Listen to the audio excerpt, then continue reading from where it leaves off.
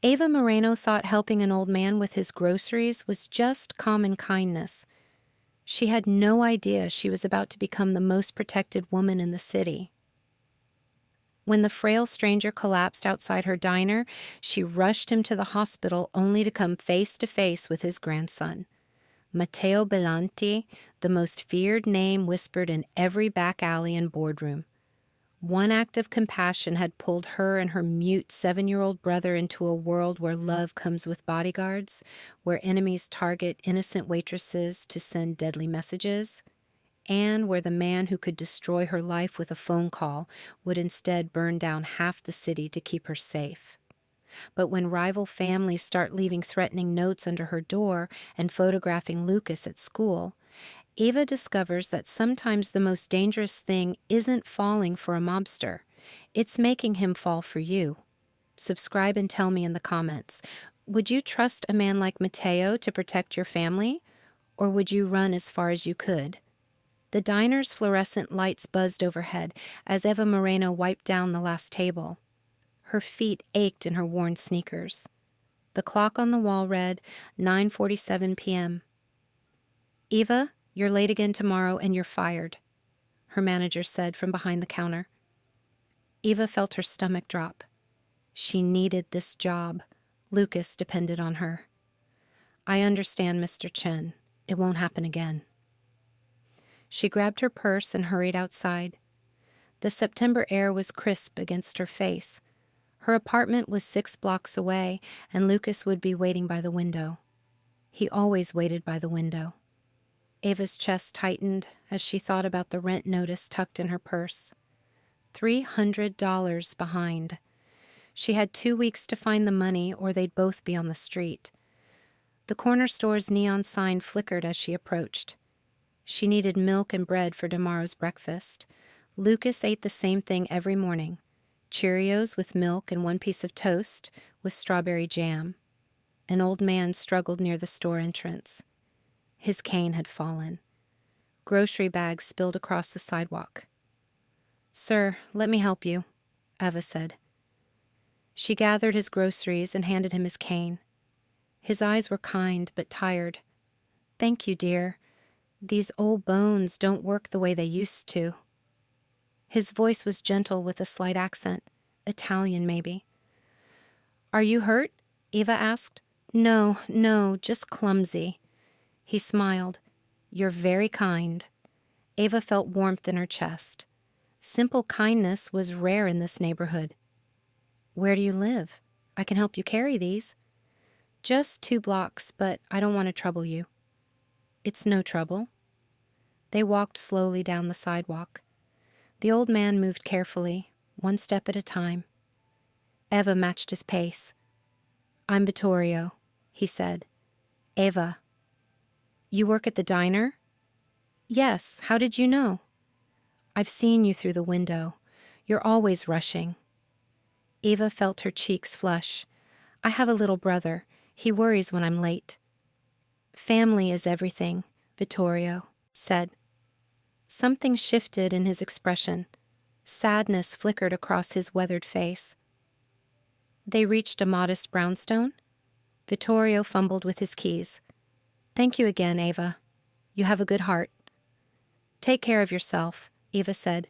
She hurried home, checking the time. 10:15 p.m. Lucas would be worried. The apartment building's front door squeaked as she climbed to the 3rd floor. She unlocked apartment 3B and stepped inside. Lucas sat in his usual spot by the living room window. He was 7 years old with dark hair and serious brown eyes. He didn't speak much, especially to strangers. The doctors called it selective mutism. "Hey, buddy," Eva said softly. Lucas looked at her and relaxed. His shoulders dropped. "I'm sorry I'm late. Long day at work." She heated leftover soup on the stove. Lucas ate quietly while she sorted through bills. The electricity notice was bright red. Final warning. Eva's breath caught. She was drowning in debt and Lucas didn't even know. "Time for bed," she said. Lucas brushed his teeth and put on his Spider-Man pajamas. Eva tucked him in and kissed his forehead. Sweet dreams. She closed his door and leaned against the wall. Her head pounded. Tomorrow she'd figure out how to pay the bills. Tonight she just needed to sleep. Outside, a black car idled near the building. The driver watched Eva's window until the lights went out. Morning sunlight streamed through the kitchen window. Eva made Lucas's breakfast while he got dressed. Cheerios, milk toast with strawberry jam. The same every day. Lucas ate without speaking. He rarely spoke in the mornings. "I'll pick you up after school," Eva said. "Mrs. Rodriguez will walk you home if I'm running late." Lucas nodded. He grabbed his backpack and headed for the door. Eva walked him to the corner where the school bus waited. She watched until the yellow bus disappeared around the corner. Then she hurried toward the diner. The same old man from yesterday stood outside the corner store. Vittorio. His grocery bag had torn and cans rolled across the sidewalk. "Oh, no," Eva said, rushing to help. She gathered the scattered cans while Vittorio steadied himself against a lamppost. "We meet again," he said with a small smile. "Are you okay?" "These bags aren't made to last anymore." Eva found a plastic bag inside the store and transferred his groceries. "There, that should hold better." "You're an angel, Eva. Most people would have walked past." Eva felt her cheeks warm. "It's nothing. It's everything." Something in his voice made her look at him more closely. His clothes were simple but well made. His watch looked expensive. Maybe he wasn't as frail as he seemed. "I should get to work," Eva said. "Of course. Don't let me keep you." Eva arrived at the diner 3 minutes late. Mr. Chen frowned from behind the register. "Eva, this is your second warning." "I'm sorry, there was no excuses. One more time and you're done." Eva felt her throat tighten. She tied her apron and started taking orders. The morning rush was brutal. Coffee spills, impatient customers, a broken coffee machine. Around noon, she glanced out the window and saw Vittorio walking past. He lifted his hand in a small wave. Eva smiled despite her stress. "Who's that?" asked Sally, the other waitress. "Just someone I helped yesterday." "Looks fancy. Maybe he tips well." Eva laughed. "He's just a nice old man." But as Vittorio disappeared down the street, Eva noticed a black sedan following slowly behind him. The windows were tinted dark. Her stomach twisted. Something felt wrong. After her shift, Eva walked the familiar route home. She stopped at the corner store for groceries. Vittorio wasn't there. She bought milk, bread, and a box of mac and cheese. Lucas loved mac and cheese on Wednesdays. When she reached her building, she noticed her mailbox was open. The lock wasn't broken, but the metal was scratched. Someone had picked it. Eva's heart pounded. She looked through the mail. Everything seemed normal.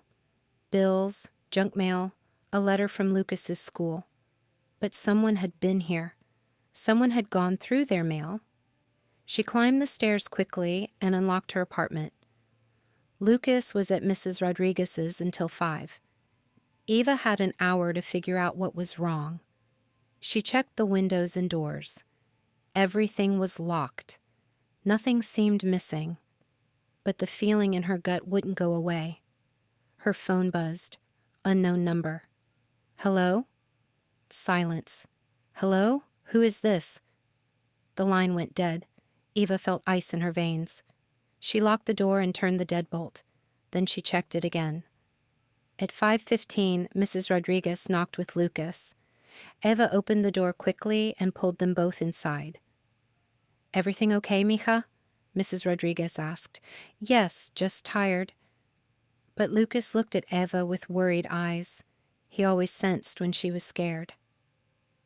After Mrs. Rodriguez left, Eva made dinner, mac and cheese with frozen peas. Lucas ate slowly, watching her face. "Everything's fine," Eva said. "Just a long day." but she double-checked the locks before bed, and she left the hallway light on. Outside, the same black car sat across the street. The driver had been there for 3 hours, watching and waiting. The next afternoon, Eva saw Vittorio struggling again near the diner's entrance. This time his cane had caught in a sidewalk crack. "Let me help," Eva said, rushing outside. She freed his cane and steadied his arm. "Thank you, dear. These sidewalks are dangerous for old men." Lucas appeared beside them. He'd walked from the bus stop and found Eva. He usually went straight to Mrs. Rodriguez's apartment. "This is my little brother, Lucas," Eva said. Vittorio's eyes softened. "Hello, Lucas." Lucas stared at Vittorio for a long moment. Then he reached out and took the old man's hand. Eva's breath caught. Lucas never touched strangers. Ever. "He likes you," Eva whispered. "Children see things adults miss," Vittorio said gently. Lucas held Vittorio's hand for another moment, then stepped back behind Eva. "We should go," Eva said. "My shift starts in 10 minutes." "Of course. Take care, both of you." Eva watched Vittorio walk away. He moved slowly, but with purpose.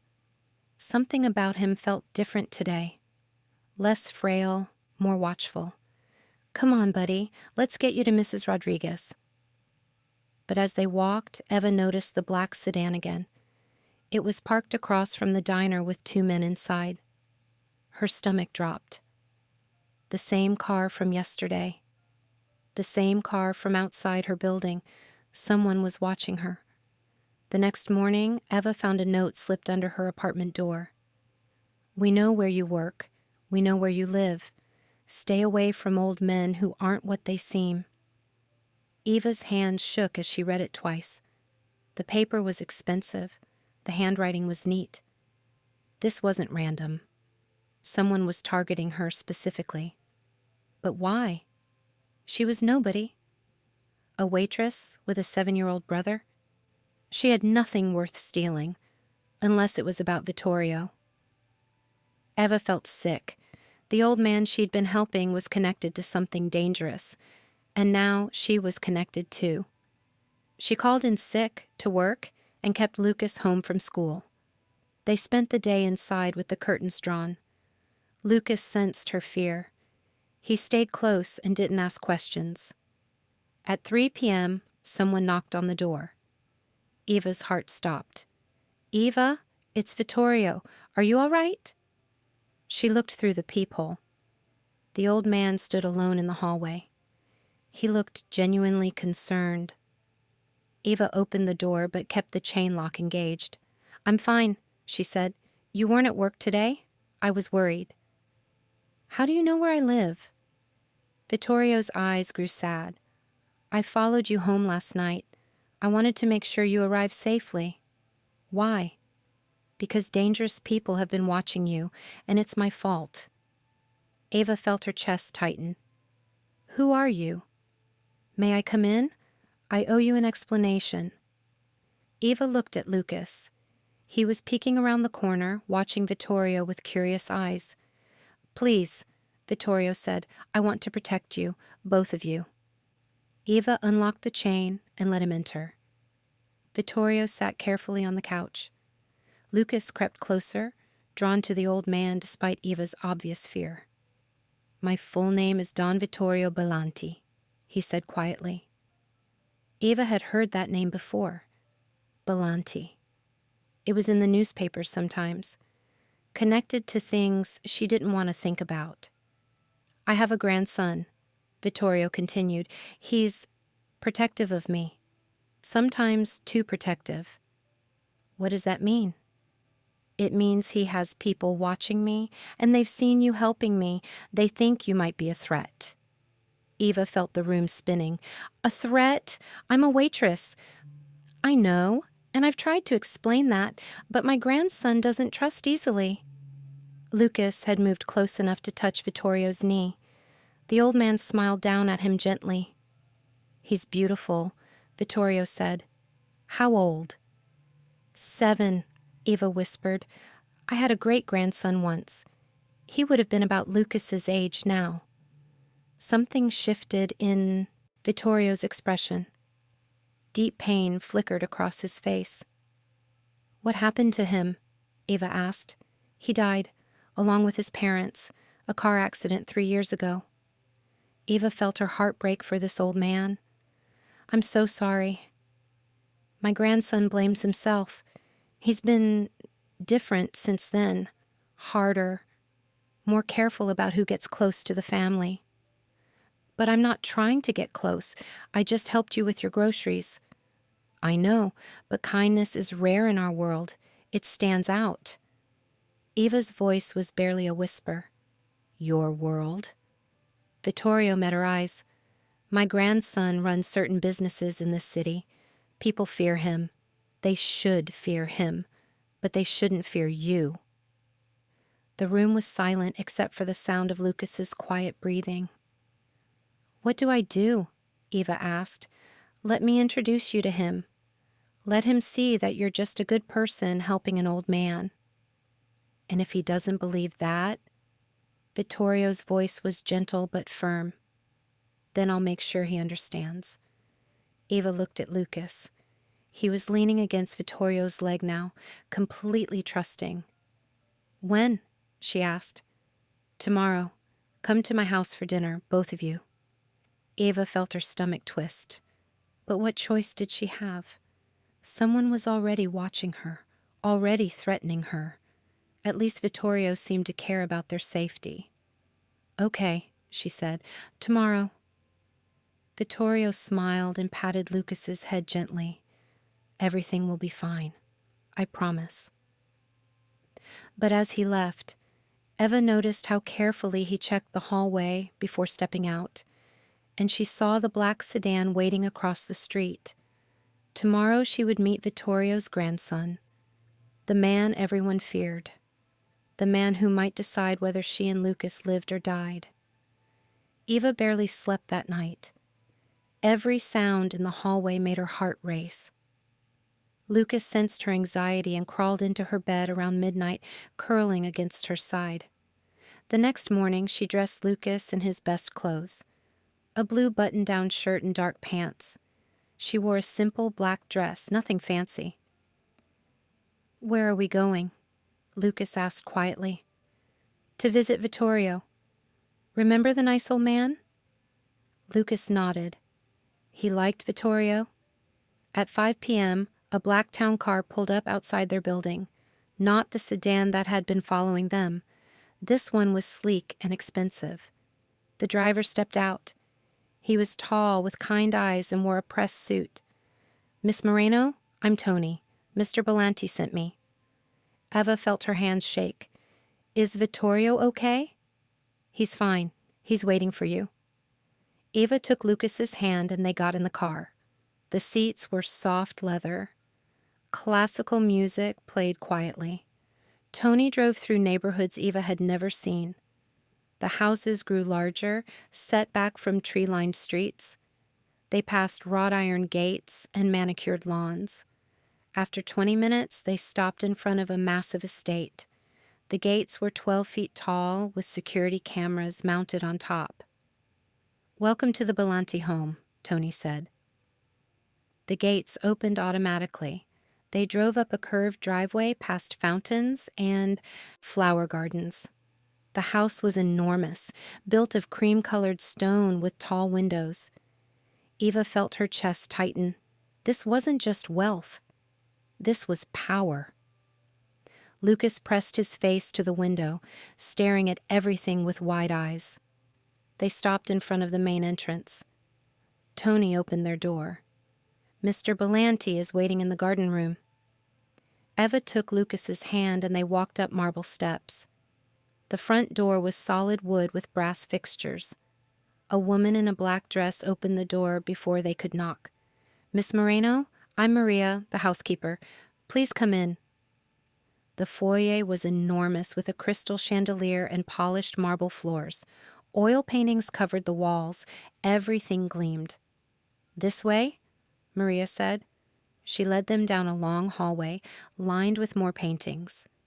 Eva recognized some of the artists from art history books. They entered a sunlit room filled with plants and comfortable furniture. Floor-to-ceiling windows overlooked the gardens. Vittorio sat in a leather chair near the windows. He wore a navy suit and looked stronger somehow, more alert. "Eva, Lucas, welcome to my home." He stood and kissed Eva's cheek, then knelt down to Lucas's level. "What do you think of the house?" he asked the boy. Lucas looked around with serious eyes, then whispered, "Big." Vittorio laughed. "Yes, it is. Too big for one old man." "Where's your grandson?" Eva asked. "He'll join us shortly. He's finishing some business." Maria served tea and cookies. Lucas ate 2 chocolate chip cookies while Eva tried to calm her nerves. "You seem different here," Eva said.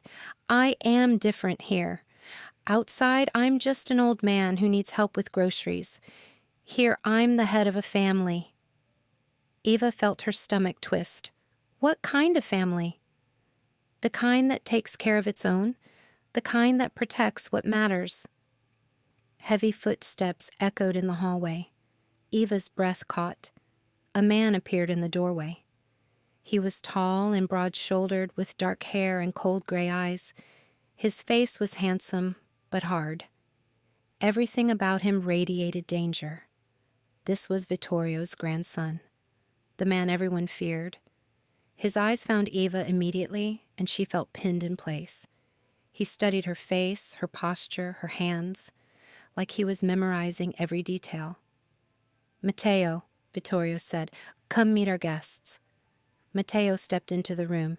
He moved with predatory grace. His gaze shifted to Lucas, and something softened slightly. "You're Eva," he said. His voice was deep and controlled. "Yes. And this is Lucas." Lucas had hidden behind Eva's chair, peeking out at Matteo with curious fear. "He doesn't talk much," Eva said quickly. "He's shy." "Smart kid," Matteo said. "Being careful around strangers is wise." He sat across from them in a chair that seemed too small for his frame. Even sitting, he looked ready to spring into action. "My grandfather tells me you've been helping him." "Just carrying groceries. Anyone would have done the same." "No, they wouldn't." Matteo's voice was flat, matter of fact. Eva believed him. "Tell me about yourself," he said. "There's not much to tell. I work at Chen's Diner. I take care of Lucas." "Parents?" "Dead. Car accident when Lucas was 4. Something shifted in Matteo's expression. Brief pain flickered across his features. "I'm sorry," he said, and his voice was gentler. "We manage fine on our own." "I'm sure you do." The silence stretched between them. Eva felt like she was being tested, but she didn't know the right answers. Lucas crept closer to Vittorio's chair. The old man reached down and patted the boy's shoulder. "He likes you, grandfather," Matteo said. "Children see what adults miss," Vittorio replied. Matteo watched Lucas for a long moment. The hardness in his face softened further. "How old?" he asked Eva. 7. "Good age. Still believes the world is safe." Eva heard pain in those words. It can be safe if the right people are protecting it. Matteo's eyes snapped back to hers. "And who's protecting you and Lucas?" "I am."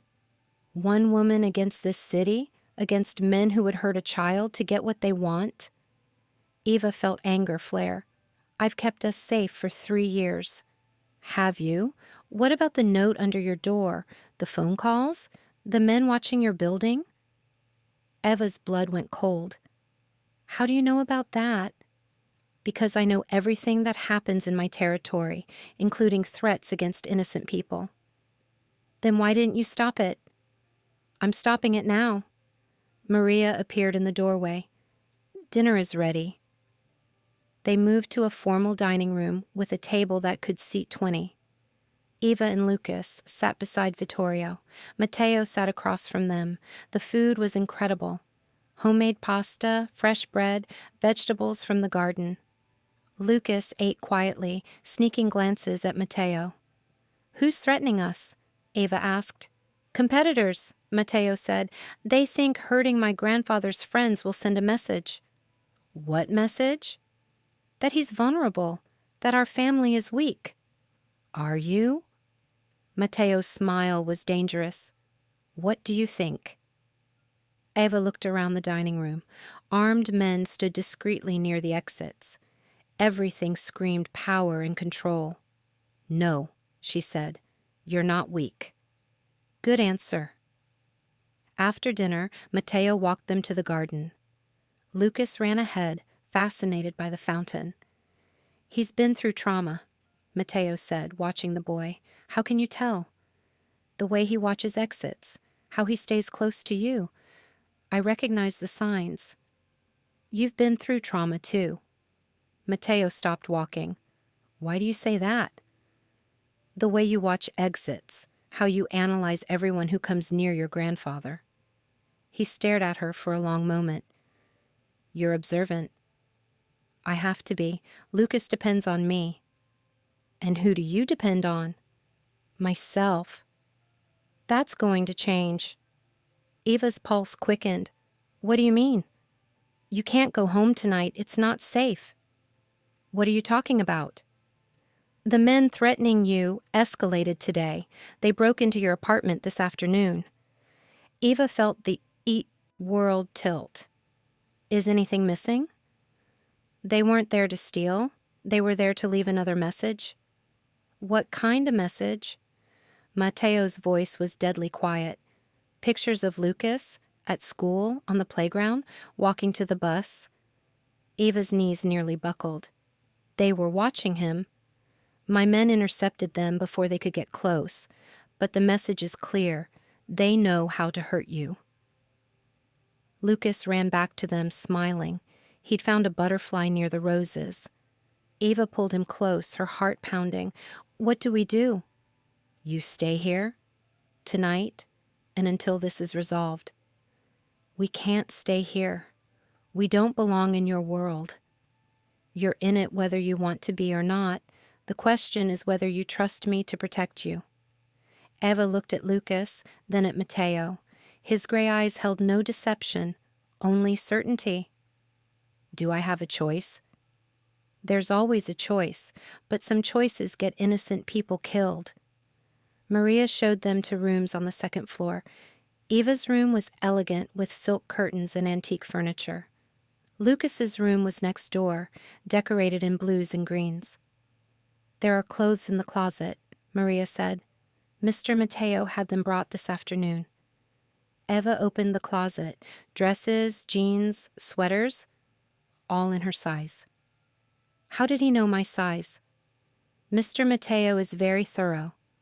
After Maria left, Eva helped Lucas get ready for bed. He brushed his teeth in a bathroom larger than their kitchen.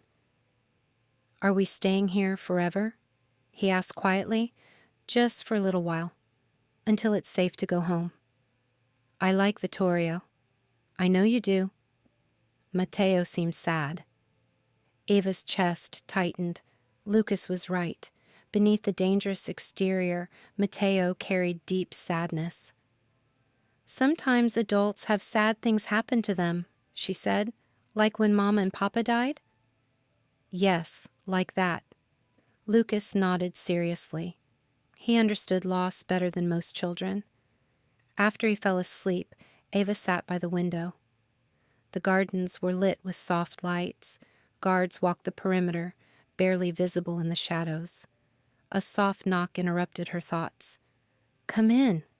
Matteo entered, carrying a tray with tea and cookies. "Thought you might be hungry." "Thank you." He set the tray on a small table and sat in the chair across from her. "This is beautiful," Eva said, gesturing toward the gardens. "My wife designed them." Eva's breath caught. "You're married?"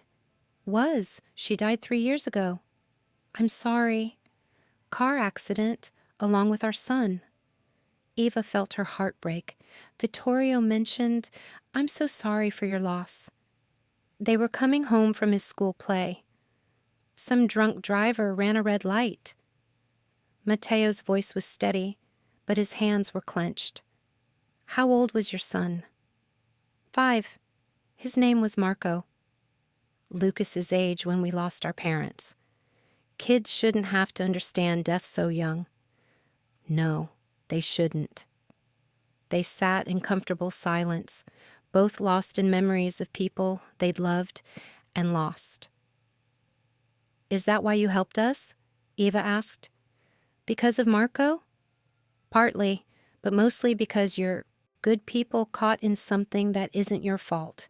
And after? When this is over? Matteo met her eyes. What do you want to happen after? Eva felt heat rise in her cheeks.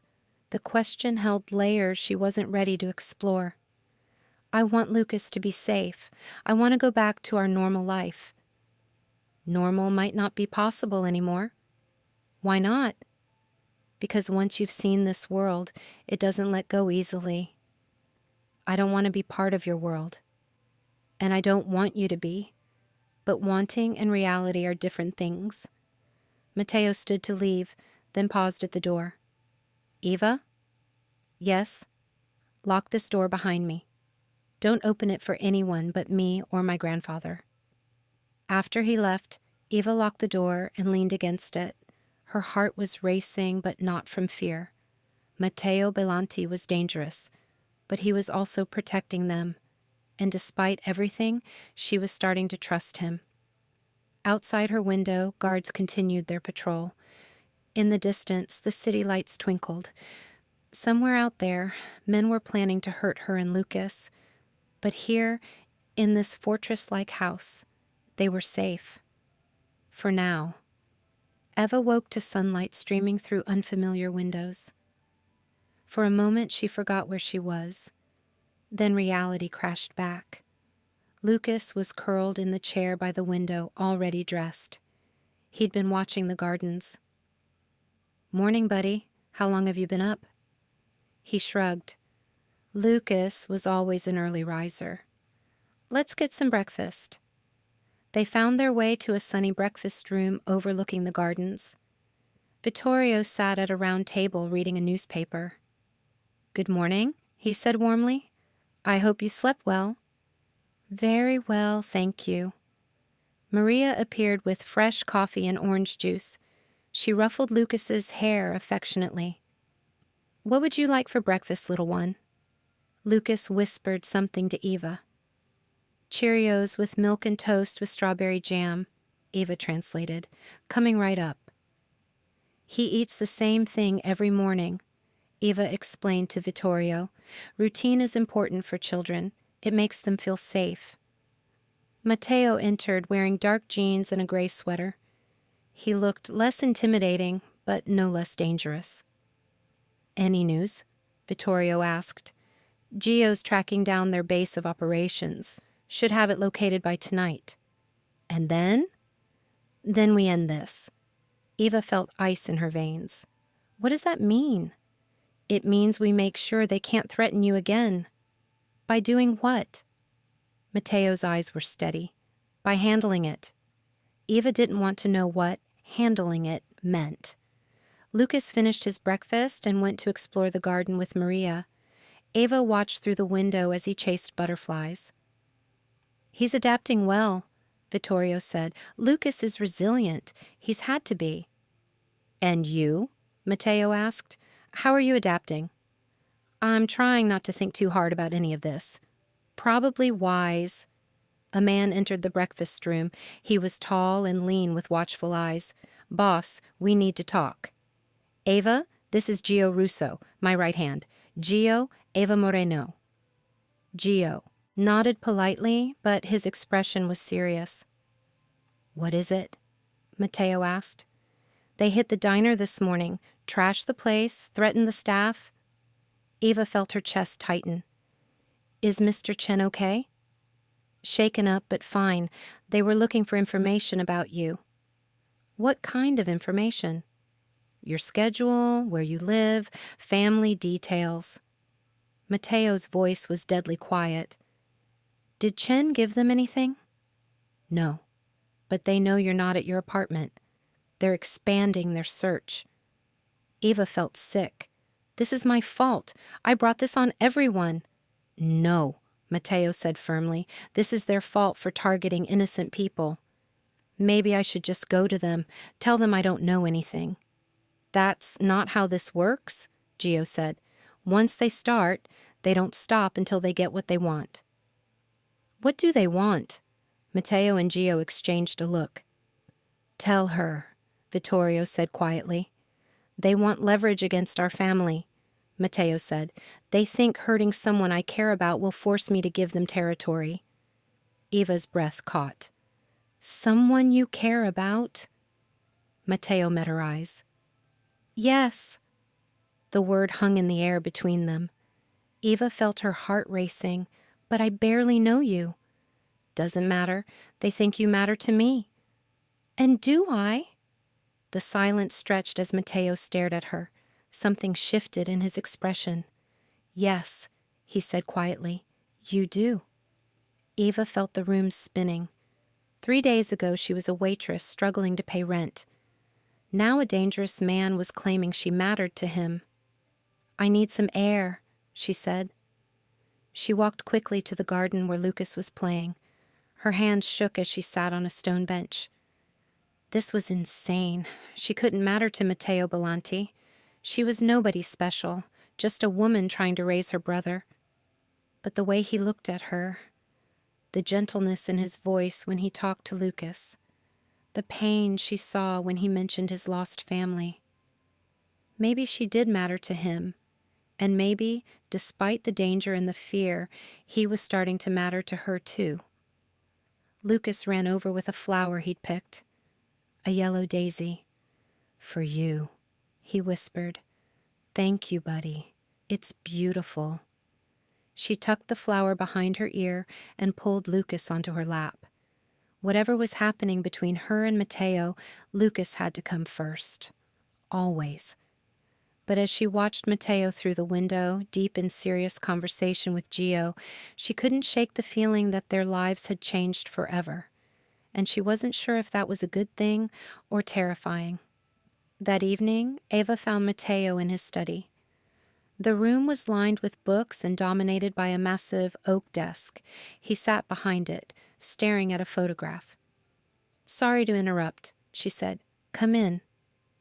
She approached the desk and saw the photo.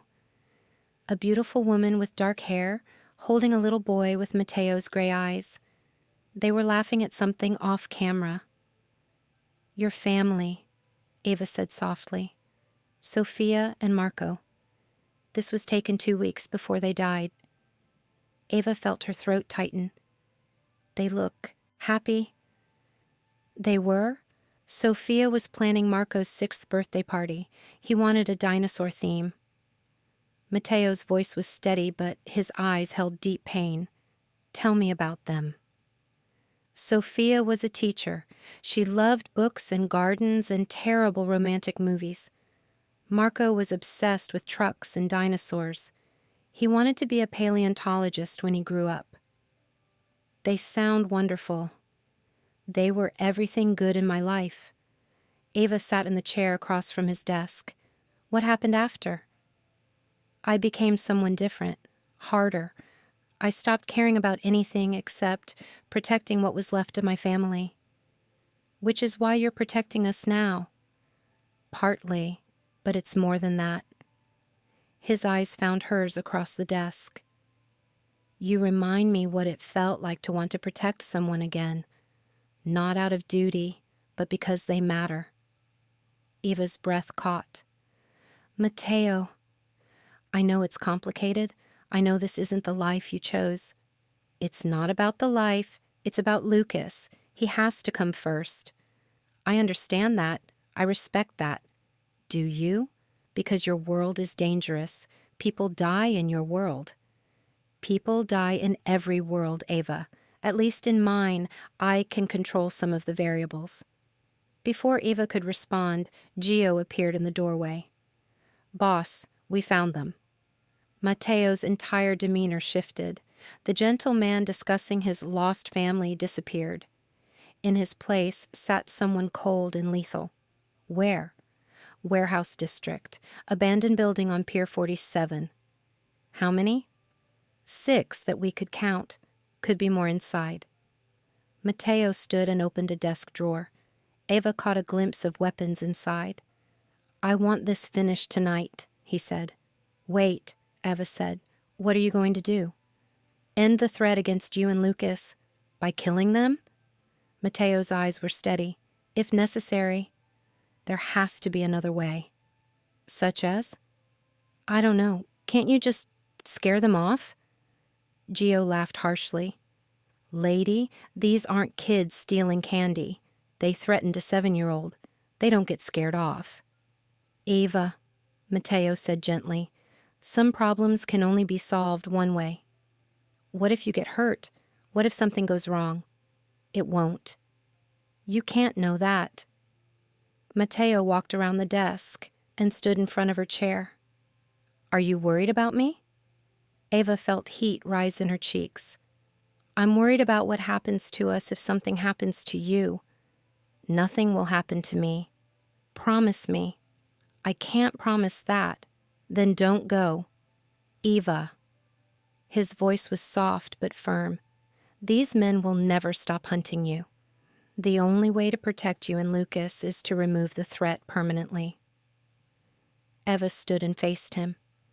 They were close enough that she could see the flecks of blue in his gray eyes. I can't lose anyone else, she whispered. Something shifted in Matteo's expression. His hand reached up and touched her cheek gently. You won't lose me. You don't know that. Yes, I do, because I have something to come home to now. Eva's heart pounded. Matteo, stay here with my grandfather. Keep Lucas safe. I'll be back before midnight. He started to move away, but Eva grabbed his arm. Be careful. I will. He leaned down and kissed her forehead softly. The touch sent electricity through her entire body. Then he was gone, and Eva was left standing alone in the study with the scent of his cologne and the warmth of his lips on her skin. Eva couldn't sleep. She paced her room, checking the clock every few minutes. 11 p.m., 11:15, 11:30. Where was he? She went to check on Lucas. He was sleeping peacefully, curled around a stuffed dinosaur that Maria had found for him. In the hallway, she ran into Vittorio. Can't sleep either? He asked. I'm worried about him. Matteo has been handling situations like this for 15 years. He knows what he's doing. Has he ever had a reason to come home before? Vittorio studied her face carefully. No, he hasn't. What if that makes him reckless? What if he takes chances because he thinks he has something to prove? Or what if it makes him more careful because he finally has something to lose? They sat together in the garden room waiting. Vittorio made tea while Eva stared out the windows at the dark gardens. How long were you married? Eva asked. 52 years. My Anna died 8 years ago. Do you miss her? Every day. But I'm grateful I had 52 years with her. Some people never find that kind of love at all. How do you know when you found it? Vittorio smiled. When you're more worried about their safety than your own. When their happiness matters more than anything else in the world. Eva felt her chest tighten. I barely know him. Sometimes the heart recognizes what the mind hasn't figured out yet. At 11:45, car doors slammed in the driveway. Eva rushed to the window and saw black SUVs pulling up to the house. Matteo emerged from the lead vehicle, moving under his own power. Relief flooded through Eva so powerfully she nearly collapsed. He was alive. He was home. She ran to the front door as he entered. He looked tired, but unharmed. Is it over? She asked. It's over. All of them? They won't be bothering you again. Eva didn't ask for details. She didn't want to know. Are you hurt? No. But she could see dried blood on his knuckles. "Let me clean those for you," she said. They went to the kitchen where Eva found first aid supplies. She cleaned the cuts on his hands with gentle touches. "These are from fighting," she said. "Yes." "Did you kill them?" Matteo was quiet for a long moment. "Some of them." Eva felt sick, but she didn't stop cleaning his wounds. "I know this isn't the man you want me to be," he said quietly. "I don't get to decide who you are. But you can decide if you can live with who I am." Eva finished bandaging his hands and looked into his eyes. "I don't know yet." "That's honest." "It's all I have right now." Matteo nodded. "It's enough for now." They stood in the quiet kitchen, the space between them charged with unspoken feelings. "I should go to bed," Eva said. "Yes, you should." But neither of them moved. "Thank you," she said, "for protecting us. Thank you for giving me a reason to come home safe." Eva felt her cheeks burn. Without thinking, she stepped closer and kissed his cheek softly. "Good night, Matteo." "Good night, Eva." She walked away on unsteady legs, feeling his eyes on her until she disappeared around the corner. In her room, she leaned against the closed door and touched her lips. They tingled from the brief contact with his skin. This was dangerous territory. Not just because of who Matteo was, but because of how he made her feel. Protected, desired, important. She was falling for a man who solved problems with violence. A man whose world could destroy everything she'd built with Lucas. But when she closed her eyes, all she could see was the gentleness in his touch when he bandaged Lucas's scraped knee yesterday. The pain in his voice when he talked about his lost son. Matteo Bellanti was dangerous, but he was also the first man who'd made her feel safe in years. And that was the most dangerous thing of all. The next morning brought news that changed everything. Eva was having breakfast with Lucas and Vittorio when Matteo entered with a grim expression. "We have a problem." "What kind of problem?" Eva asked. "The men I dealt with last night were working for someone bigger. Someone who doesn't give up easily." Eva's stomach dropped. "I thought it was over." "So did I, but their boss wants revenge now." "Revenge for what?" "For me protecting you, for costing him 6 men." Vittorio set down his coffee cup. "Who is it?" "Carlo Vega." The name meant nothing to Eva, but Vittorio's face went pale. "Cristo," the old man whispered. "What?" Eva asked. "Who is Carlo Vega?" "Someone who should have been eliminated years ago," Matteo said grimly. "He runs the drug trade on the south side," Vittorio explained. "He's been trying to expand into our territory for months." "And now he has a personal reason to come after us," Matteo said. Eva felt the world tilting. Because of me. Because of his choice to target innocent people. Same result. "Eva." Matteo's voice was firm. "This isn't your fault." "Then why does it feel like it is?" Lucas looked up from his cereal, sensing the tension in the room. "Maybe we should leave," Eva said quietly. "Go somewhere far away until this blows over." "There is nowhere far enough," Vittorio said gently. "Men like Vega don't forget grudges." "Then what do we do?" "We handle it," Matteo said. "Like you handled it last night?" "If necessary." Eva stood abruptly. "I need some air." She walked quickly to the garden, Lucas following close behind.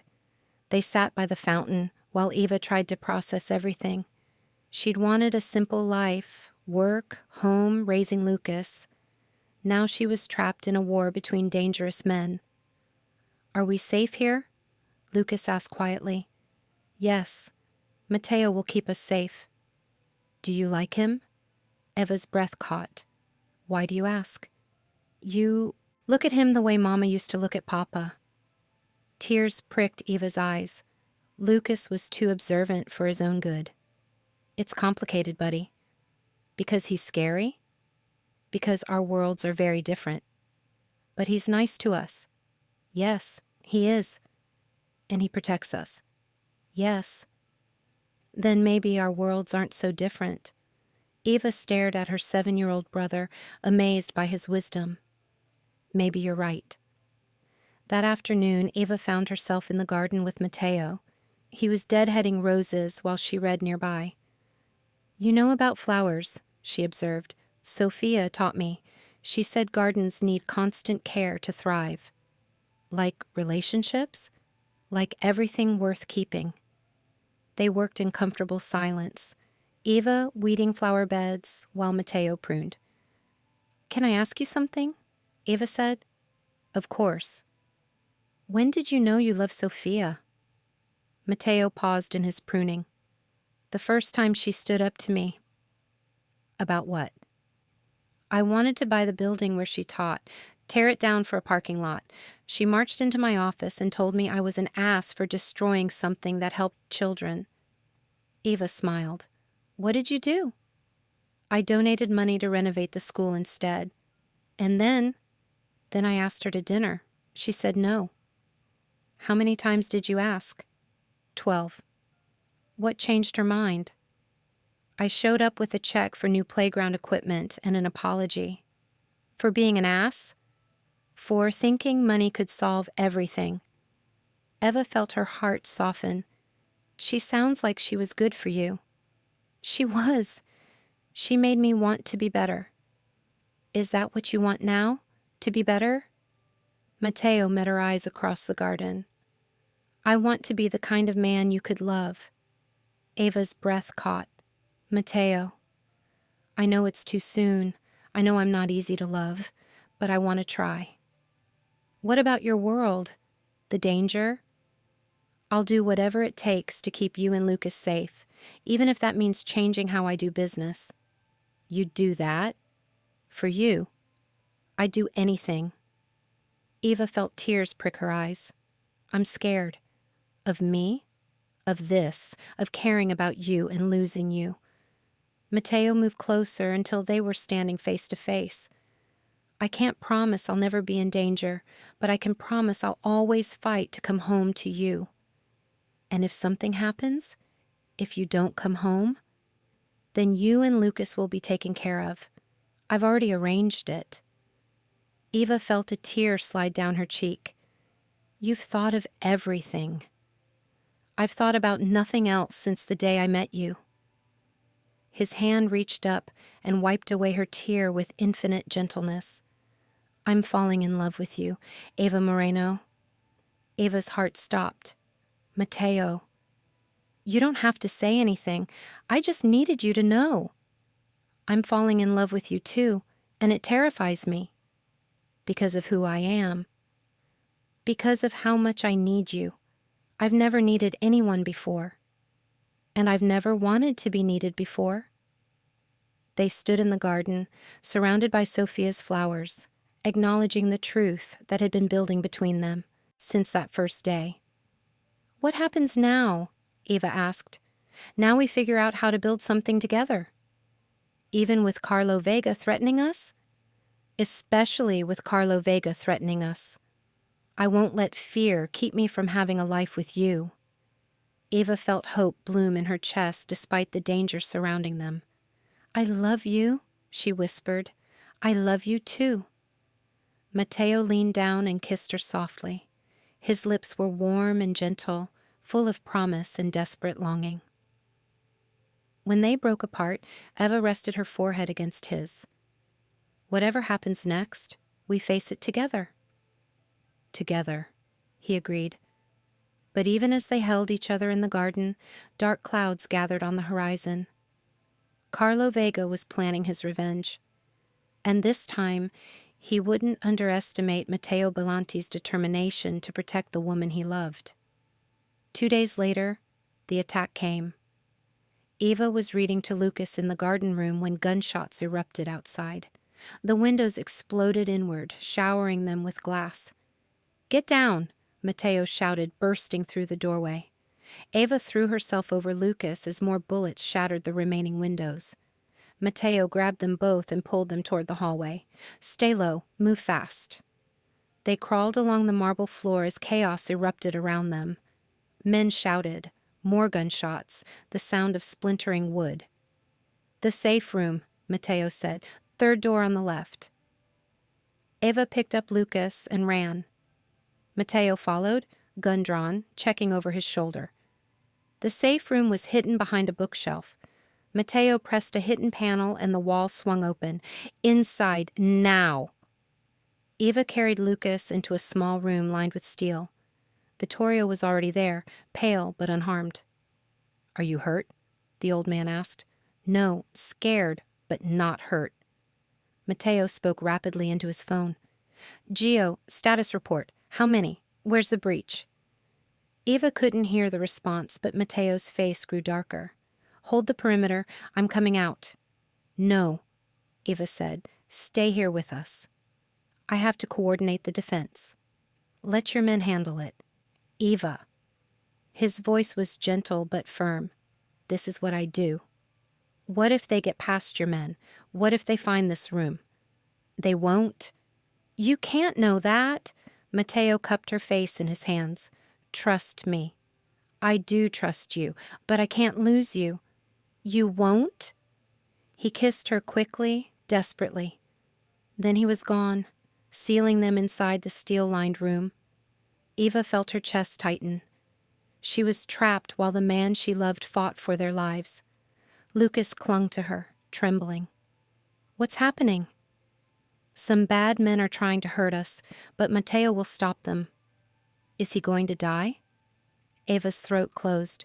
"No, baby. He's going to be fine."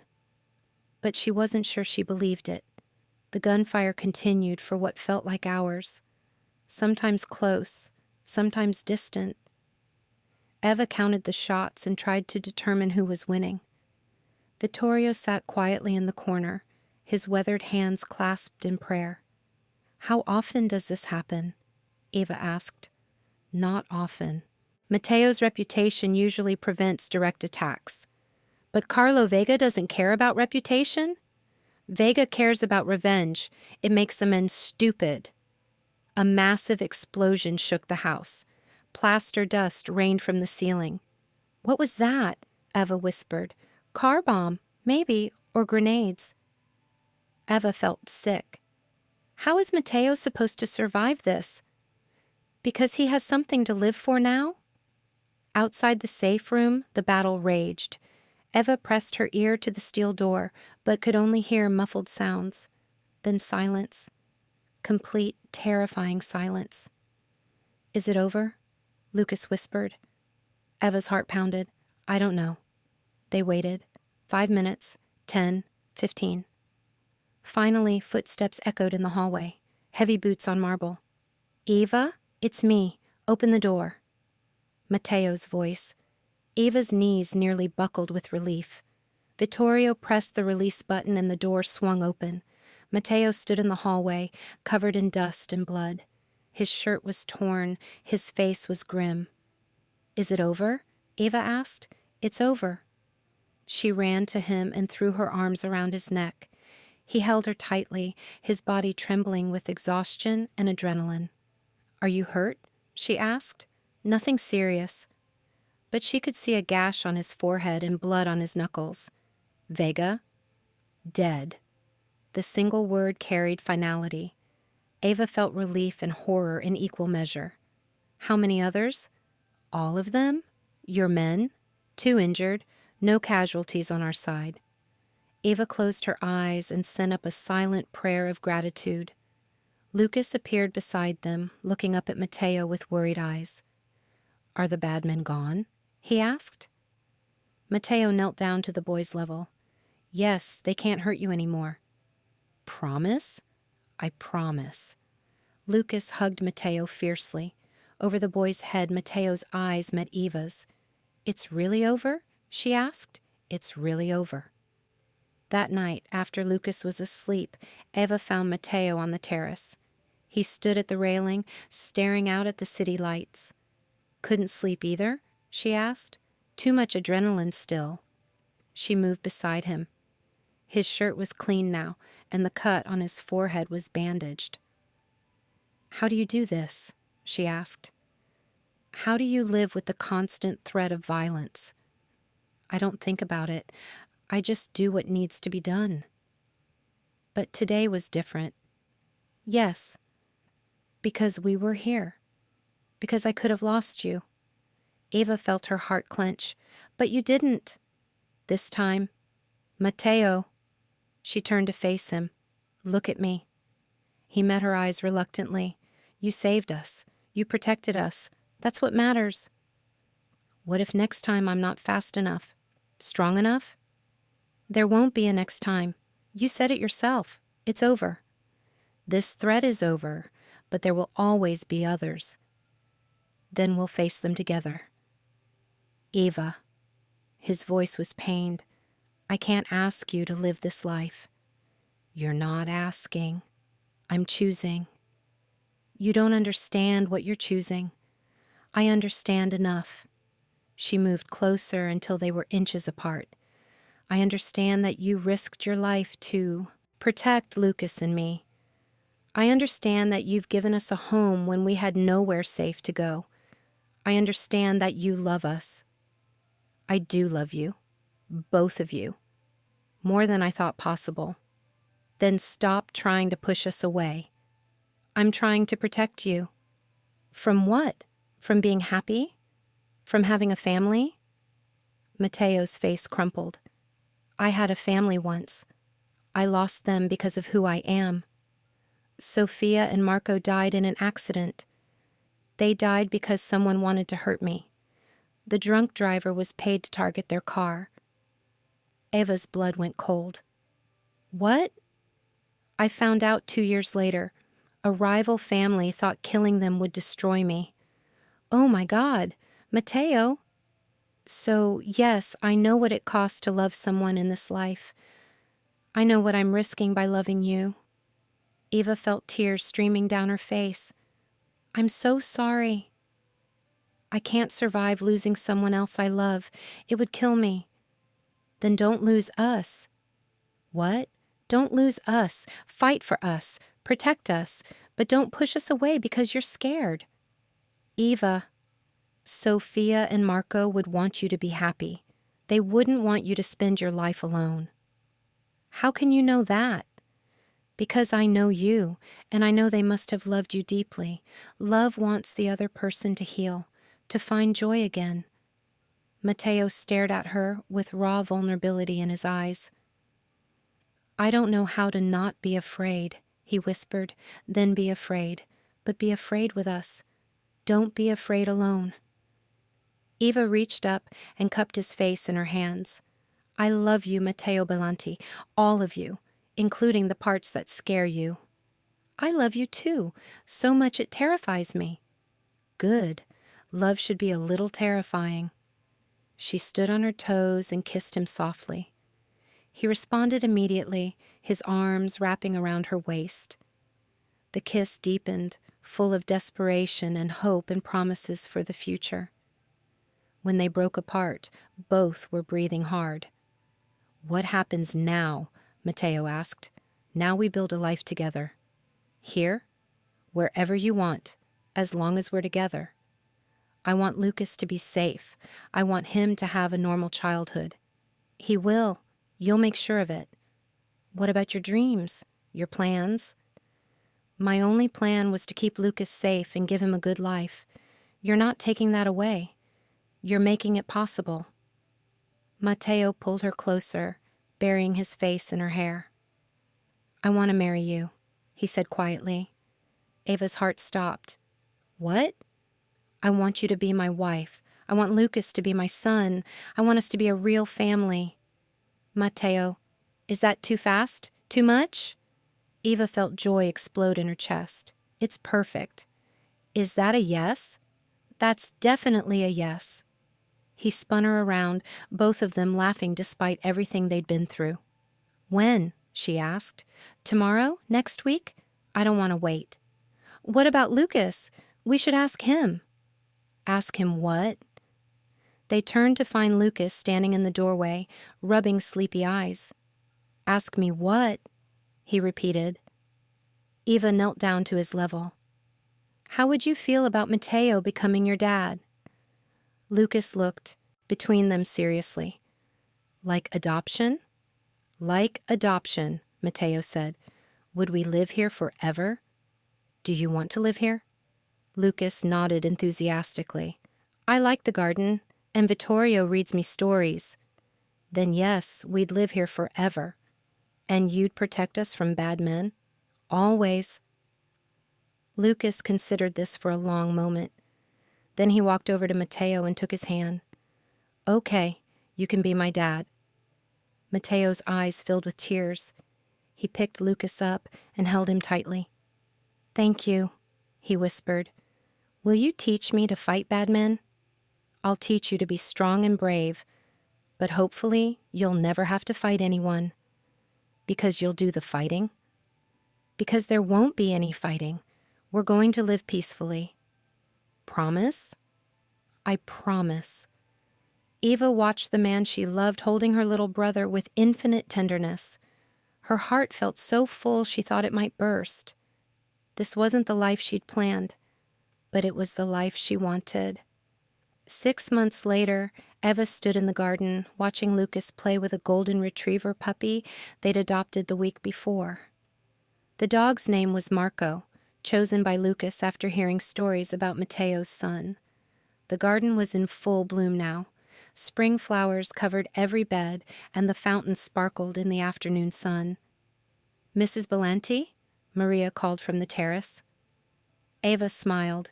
She was still getting used to her new name. Yes? Your husband is on the phone. Eva's heart did a little flip the way it always did when someone mentioned Matteo. They'd been married for 3 months, but she still felt butterflies. Tell him I'll call back in a few minutes. He said to tell you the adoption papers are ready. Eva felt tears prick her eyes. They'd been waiting months for the legal adoption of Lucas to be finalized. Did he say when? Tomorrow morning, 10 o'clock. Eva looked at Lucas, who was laughing as the puppy licked his face. Tomorrow he would officially be Lucas Bellanti. Their family would be complete. Eva, Vittorio called from his chair on the terrace. Come settle an argument. She walked over to find him reading a newspaper while Marco the puppy climbed onto his lap. What's the argument? I think we need a swing set in the garden. Your husband thinks we need a swimming pool. What does Lucas want? Both. Eva laughed. Then we get both. See? Vittorio said to an imaginary Matteo. Your wife has excellent judgment. The sound of car tires on gravel drew their attention. Matteo's black sedan pulled up to the front door. Eva's pulse quickened the way it always did when he came home. Even after 6 months, she still couldn't quite believe this was real. Matteo emerged from the car, loosening his tie. He looked tired, but content. The hardness that had once defined his features had softened. Lucas ran to him, the puppy bounding behind. Papa, Marco learned a new trick. The word papa still made Matteo's face light up every time. Show me. Lucas made the puppy sit and shake. Hands. Matteo applauded enthusiastically. Very impressive, both of you. He walked over to Eva, sliding his arms around her waist. How was your day? She asked. Better now. He kissed her softly, a greeting that had become as natural as breathing. Maria said the adoption papers are ready. Tomorrow morning we make it official. Are you nervous? Nervous about what? About being responsible for an 8-year-old boy. Matteo glanced at Lucas, who was teaching the puppy to roll over. I've been responsible for him since the day you both moved in here. The papers are just catching up to reality. Eva felt her heart swell with love. What about work? She asked. Any problems? Nothing I couldn't handle. The legitimate businesses are thriving. The other side is quiet. Matteo had been transitioning away from the darker aspects of his empire. It was slow work, but progress was being made. Good. Eva? Yes? Do you ever regret it? This life? She looked around the garden, at Lucas playing safely with his dog, at Vittorio reading contentedly in his chair, at the beautiful home that was now theirs. Never, do you? Never. Lucas ran over to them, breathless with excitement. Can we have dinner in the garden tonight? Please. If that's what you want, Matteo said. And can Marco eat with us? Dogs don't eat people food, Eva said, but it's his first dinner as part of the family. Eva and Matteo exchanged amused looks. We'll make an exception, Matteo said, but just this once. Lucas cheered and ran off to tell Vittorio the good news. You're going to spoil him, Eva said. Good, he deserves to be spoiled. What about me? Do I get spoiled too? Matteo's eyes darkened with promise. Tonight, after he goes to bed. Eva felt heat rise in her cheeks. I'm holding you to that. I'm counting on it. As the sun began to set, Maria and the staff set up dinner on the terrace. String lights twinkled overhead, and candles flickered on the table. They ate slowly, savoring the perfect evening. Lucas chattered about school and his friends. Vittorio told stories about the old country. Matteo and Eva held hands under the table. After dinner, Lucas fell asleep in Matteo's lap while they sat by the fountain. Eva watched her husband gently stroke the boy's hair. He looks like you when he sleeps, Matteo said quietly.